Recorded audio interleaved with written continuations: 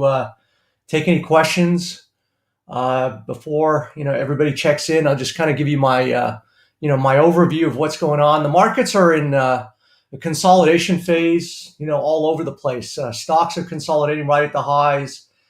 The dollar's consolidating. The yen pairs look like they may be turning here. So there's a lot of things that are potentially in the offing, but right now we're just kind of backing and filling. I still like being short these high growth tech stocks like Zoom, Beyond Meat, Peloton, even Tesla. I think that eventually these things are going to turn lower and potentially much lower. So it's always a bit of a delay before everybody, I guess, checks in. So I'll just hang out and wait until you guys get here. Got kind of a million open positions. Hey Kirby, hope all is well with you. Yeah, I've kind of got a lot of open positions, in a market that I really shouldn't have a lot of open positions. It's very kind of turbulent. I'm short Zoom. I'm short Tesla. I'm short Beyond Meat. So even though the NASDAQ is trading at an all-time high, and today we went even higher, the NASDAQ, is going higher because all of the big high-cap, high-tech growth stocks like Google, Facebook, Apple are keeping the NASDAQ high. But underneath the hood, there's a whole bunch of destruction. There's a whole bunch of companies that are just getting destroyed. They're down 30, 50% from their highs. So the indexes are masking really what's going on here. So I've been really just hammering these high growth stocks. Every time they rally, I just sell into it. I've made it just an unbelievable fortune just selling. Every time Zoom gets into the 330s, I just sell it. Now we're back there again. And sometimes when you knock on the door so many times, eventually it goes through. So I'm short right now. I'm kind of keeping one eye open. If it takes out today's high, I'm probably gonna leg out of this thing. But everything kind of has a squishy feeling right now because we're just in this huge trading band. The financial markets are trying to absorb so much information. So much liquidity has been poured in by the U.S. government. The potential stimulus packages that are coming. So I think everybody's kind of digesting what impact this is going to have on growth, what impact this is going to have on inflation, and then of course you have to understand that the market is a discounting mechanism. So the market has already discounted a lot of this growth. It's discounted to 7% GDP. It's discounted to reopening trade. It's discounted to vaccines. It's discounted stimulus. So the question you have to ask is, okay, what's left to push this market higher? And, not a whole lot. So the thing is, it'll probably take some catalyst, to push this thing over. And it could be just a round of profit taking. But, I do think that we are vulnerable for a bit of a sell-off here. So Kirby says, I bought a QQQ put. Yeah, I'm long a whole bunch of QQQ puts. I'm actually getting hurt. We're just in this consolidation. And the volatility started really just slow down in these indexes. You can see the ranges now in these indexes have just slowed to like nothing. 0.5% gain or losses for the day. Now, that could be the calm before the storm. I'm kind of hoping it is because I got short some QQQ puts. Long the puts. And, let's see if we can break. I just think there's not enough volatility here. We just kind of gotten into the zone where we're just like now just, there's not enough volatility. But we'll see. I think that it's vulnerable. We get under today's low, 333.70. Perhaps there's a path lower here. But I'm short all of these secondary stock, these second tier stocks of the NASDAQ. So Zoom, Beyond Meat, even Tesla. So, we'll see what happens.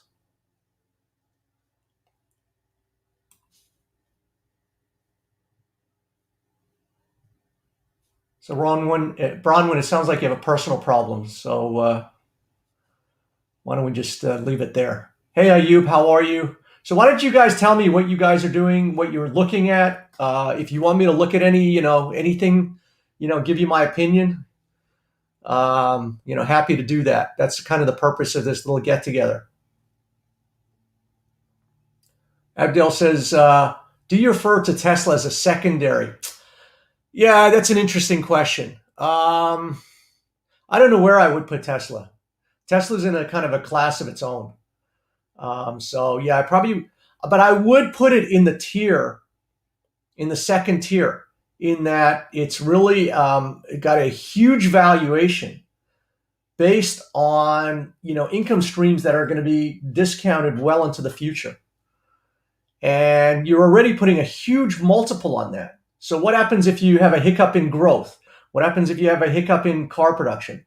What happens if General Motors is now becoming a huge player in the EV space, and now you're playing around with this huge multiple, 800 times earnings or whatever Tesla is trading at. So I kind of do put it in this kind of second tier. I wouldn't put it this way. I'm not putting it in the class of Microsoft or Google or Facebook, where those companies have reliable income streams well into the future, and they're trading at reasonable multiples, 28, 30 times multiples. Whereas Tesla is trading, I don't know what it is, 700, 800, 1200. It's just, so, if the environment changes, that stock can get hurt a lot. So I do put it in a second tier.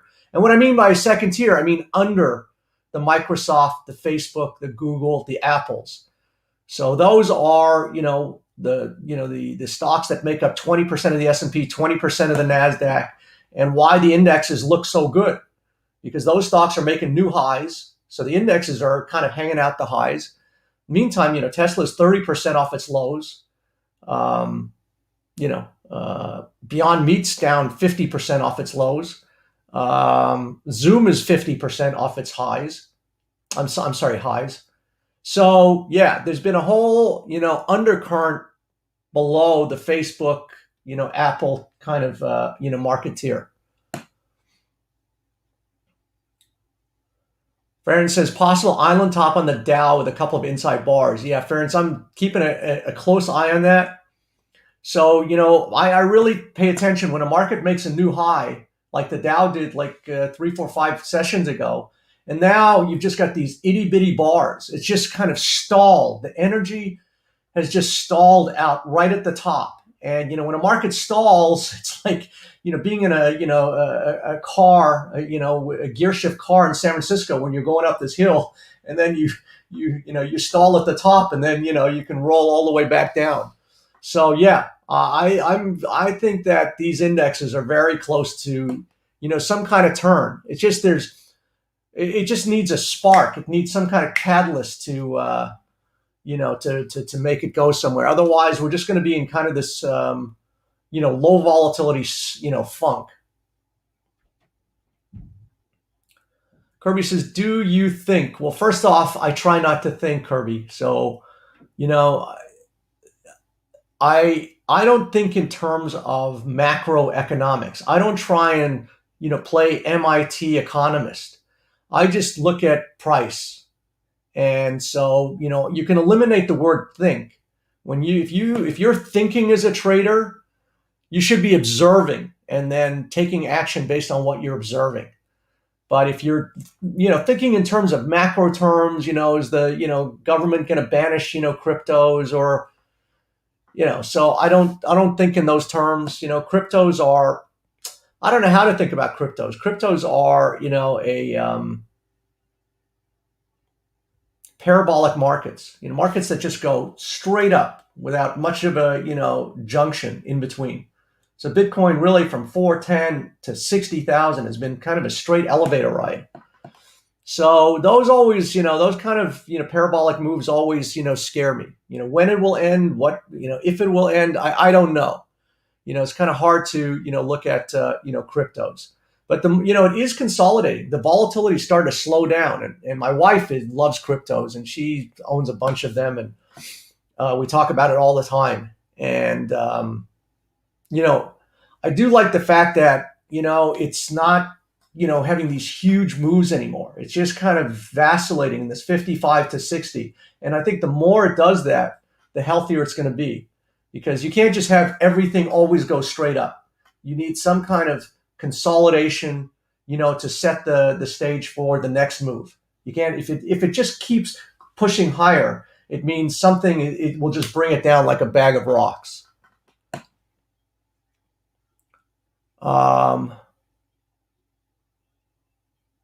Hey GK, how are you? Am I pronouncing your name? I see you every day, so let me know if I pronounce your name right. Um, Chuck received gold is going higher. Gold has hit a major double bottom right at the bottom of an ascending broadening price pattern. So it's really at a huge inflection point. And this could be the buy of the century in gold. It could be. It just, the way it's come down, I think that, it's probably going to need some work. So, I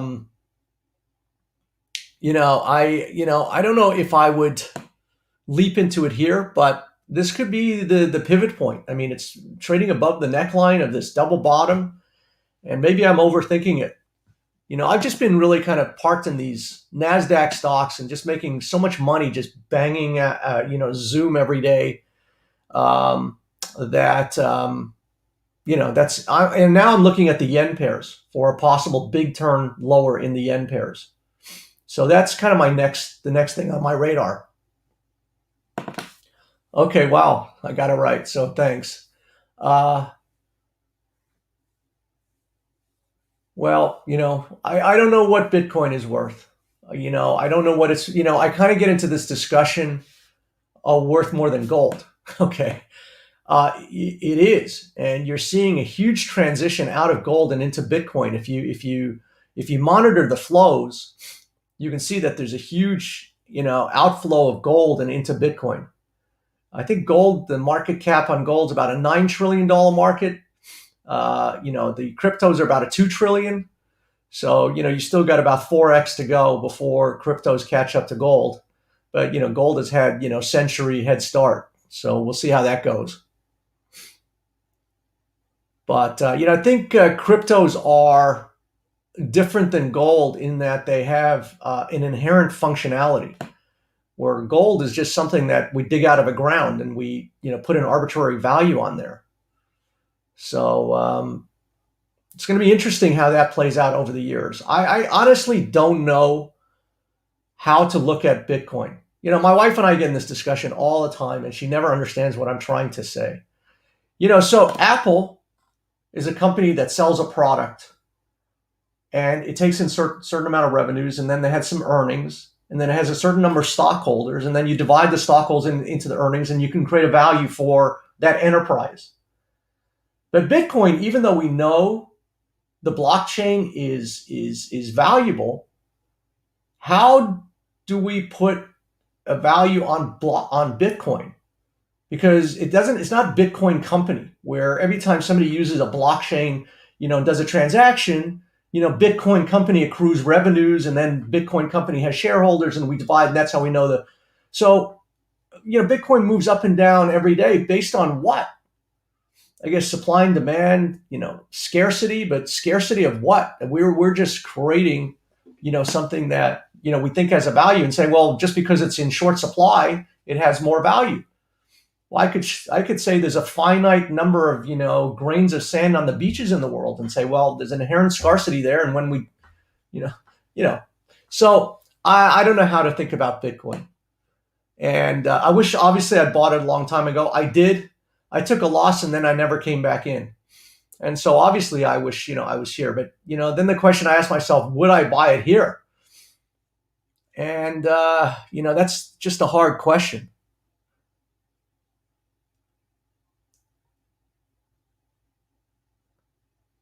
Yes, GK, good catch. So look, I mean, I buy based on patterns, and, I look for ways to get in things where I can understand the risk and reward. If you've done, I've been doing these live webinar sessions every day this week, and I show that, I use a combination of patterns, then I wait for a certain day or, a couple of days where I can see a setup where I can understand, okay, how can I hop in this thing? And then how can I understand my risk? So, trading is all about understanding where your risk is. Everybody romanticizes how much they're going to make on a trade. But for me, when I look at a trade setup, you have to also understand where is your risk. And so, looking at gold right now, I think that you could have a move higher, but I don't know that it's going to be entirely sustainable. So you could have, a $20 move from here.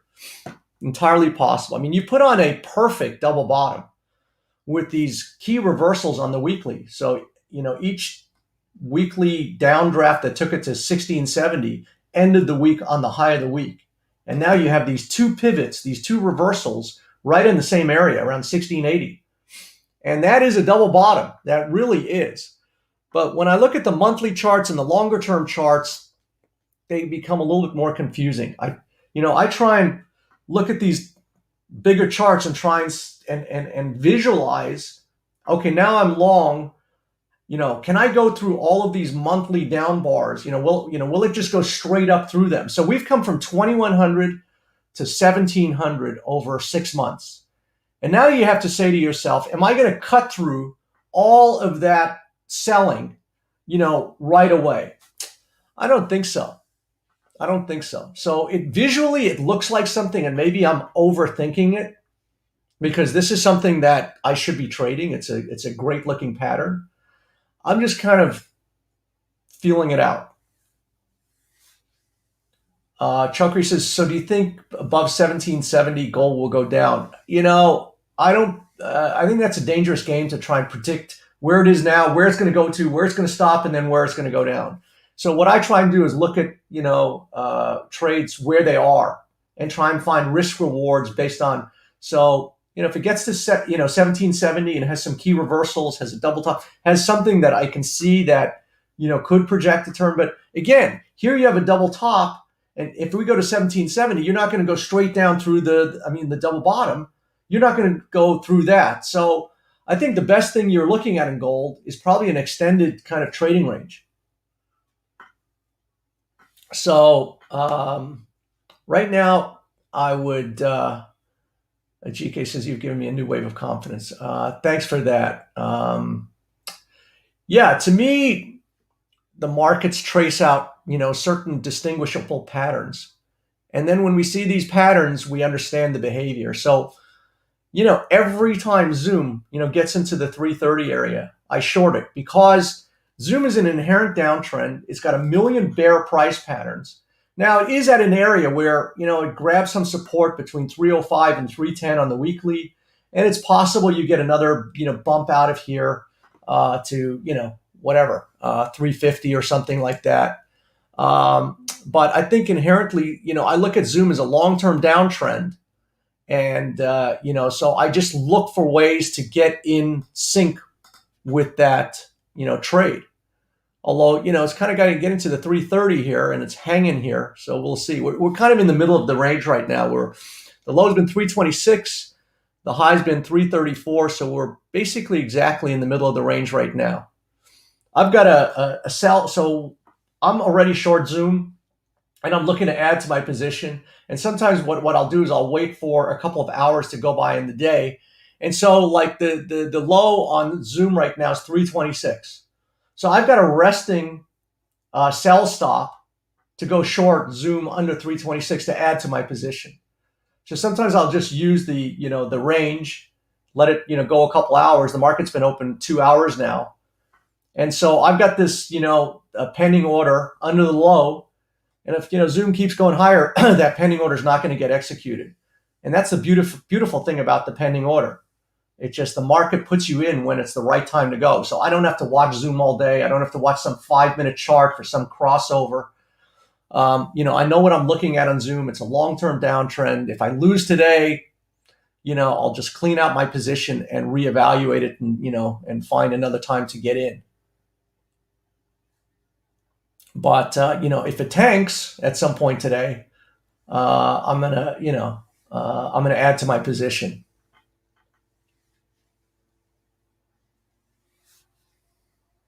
Alex is, would you favor a short of the NASDAQ at these overbought levels? So, Alex, markets can stay overbought for a long time.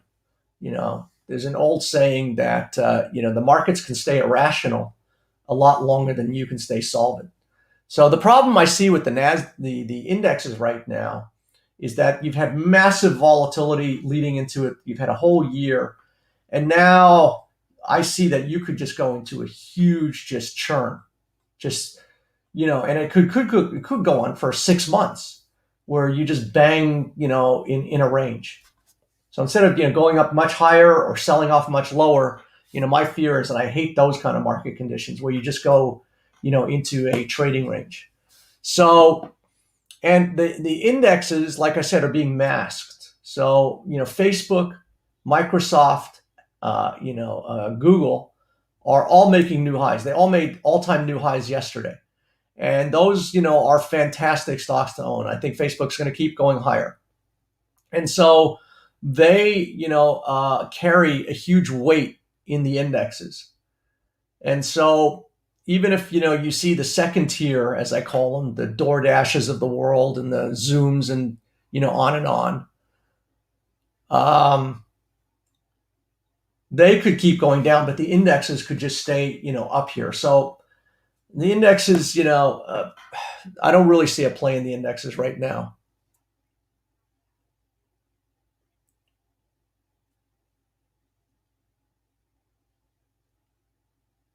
Yeah, you can see this QQQ has been trading in a 80 pip range for 2 hours now. No worries, Alex. Glad to be of some help here.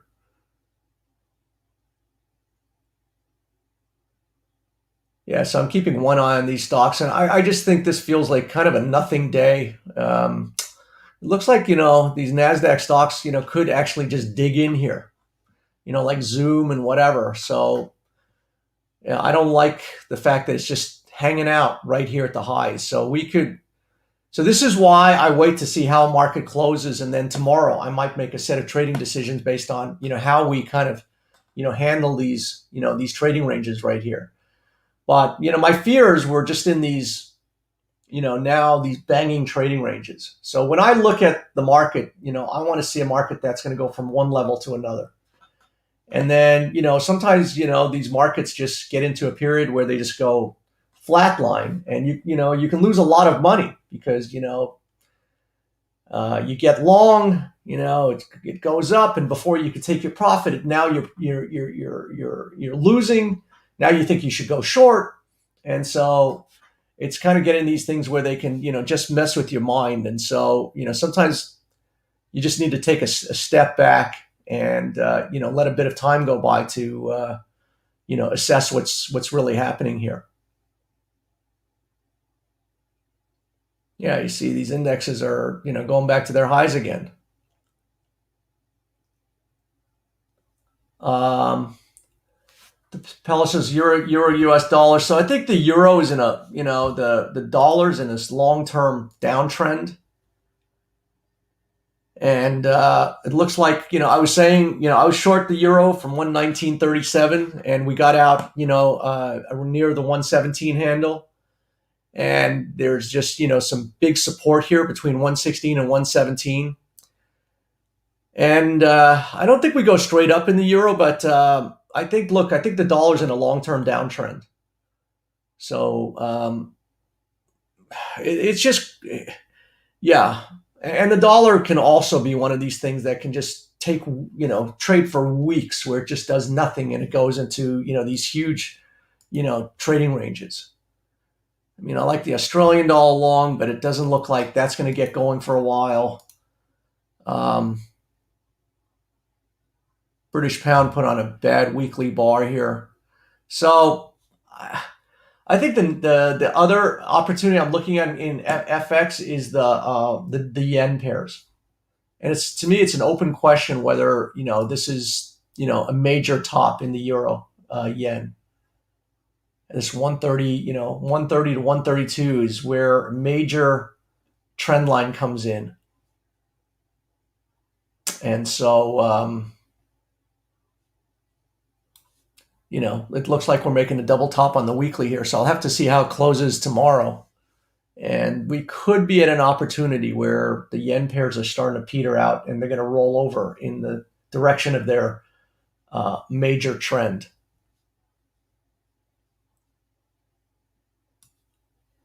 All right, guys. Anything else on your mind? Anything else you want to talk about? I'm kind of sorry. I'm monitoring a couple positions today. I'm short. Not really feeling great about my shorts, and so I might just pack it in. You were long pound New Zealand, so pound New Zealand has, yeah. I mean, it hit that 198 resistance. I thought it would consolidate there and put on a move. I still think that we bottomed at 185, which means that it looks like there's just going to be a lot of churn here.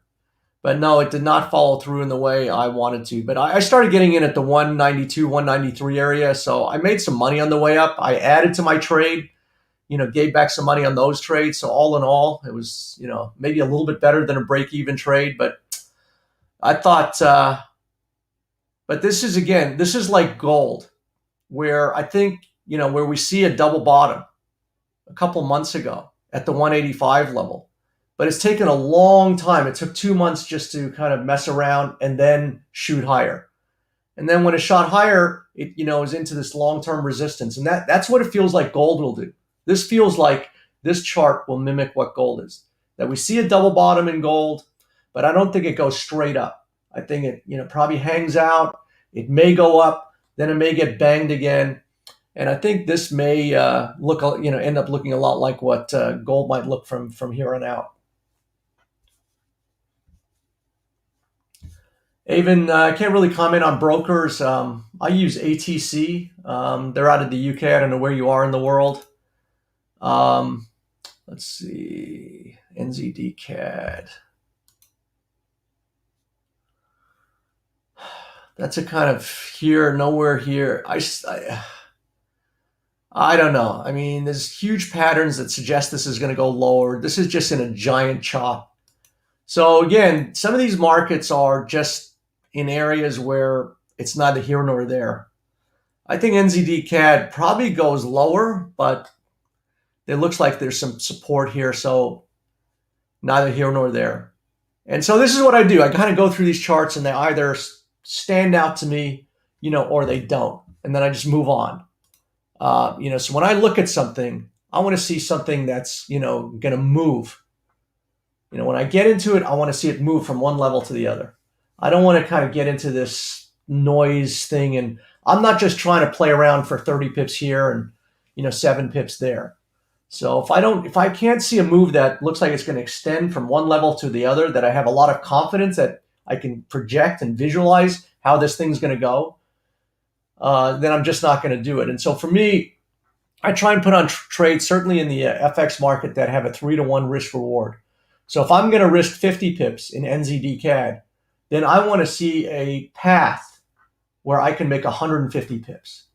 And right now, this thing is just bumping all over the place, that it could go 57 pips higher, then 80 pips lower. And I just don't want to wrestle with that. So I want to set up a trade where I can see a clear path, where I can see it going from one level to another without some interference, and set up a good risk reward trade.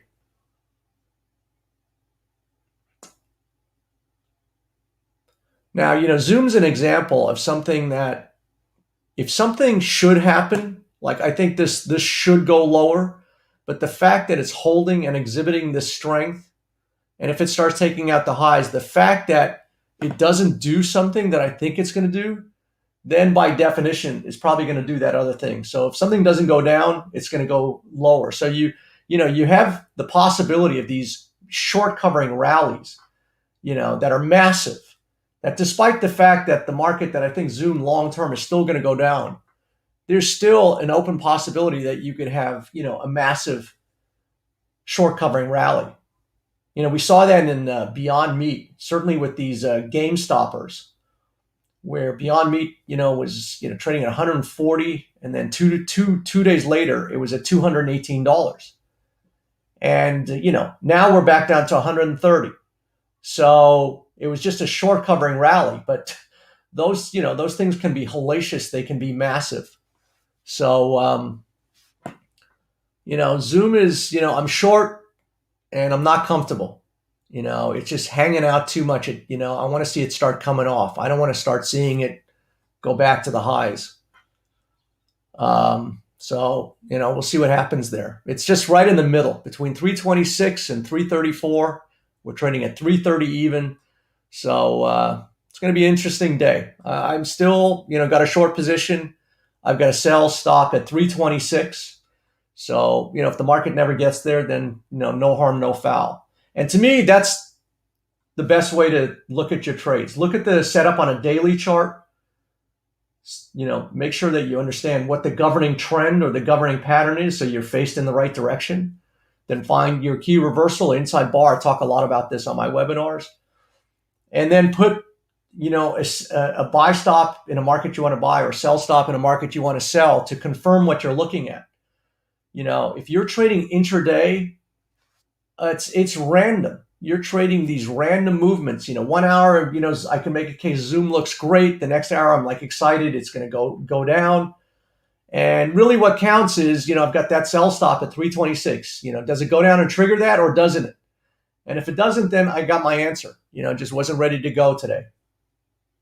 So I let the market do all the work for me. I don't look at all this thing bouncing around here and figure out, okay, it looks great here, and make it an emotional, kind of trade.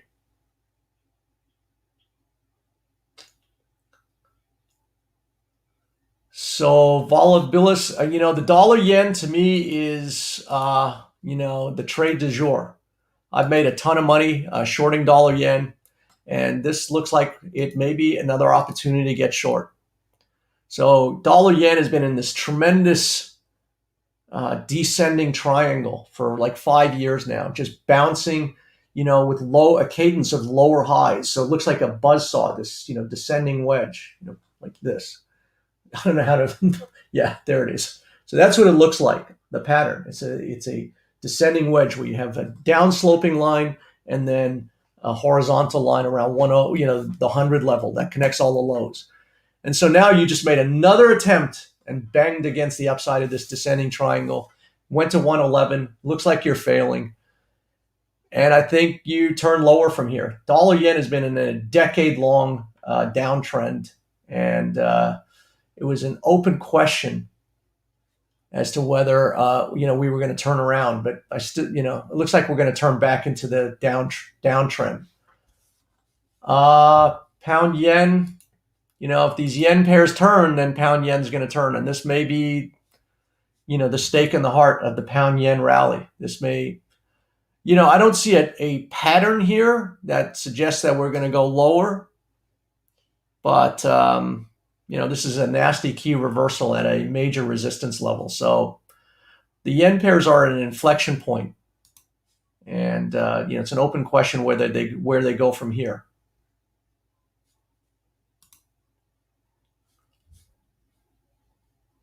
You're welcome. So yeah, these yen pairs, they've been in a secular primary downtrend for 12 years. And now they're all bouncing against the upside resistance levels, major long-term resistance levels. And so, it's an open question. If we, take out those resistance levels and then this thing starts running loose, we could have a whole new operating paradigm in the yen pairs. On the other hand, usually, the primary trend is dominant. And, these things will, likely kick back into the dominant trend here.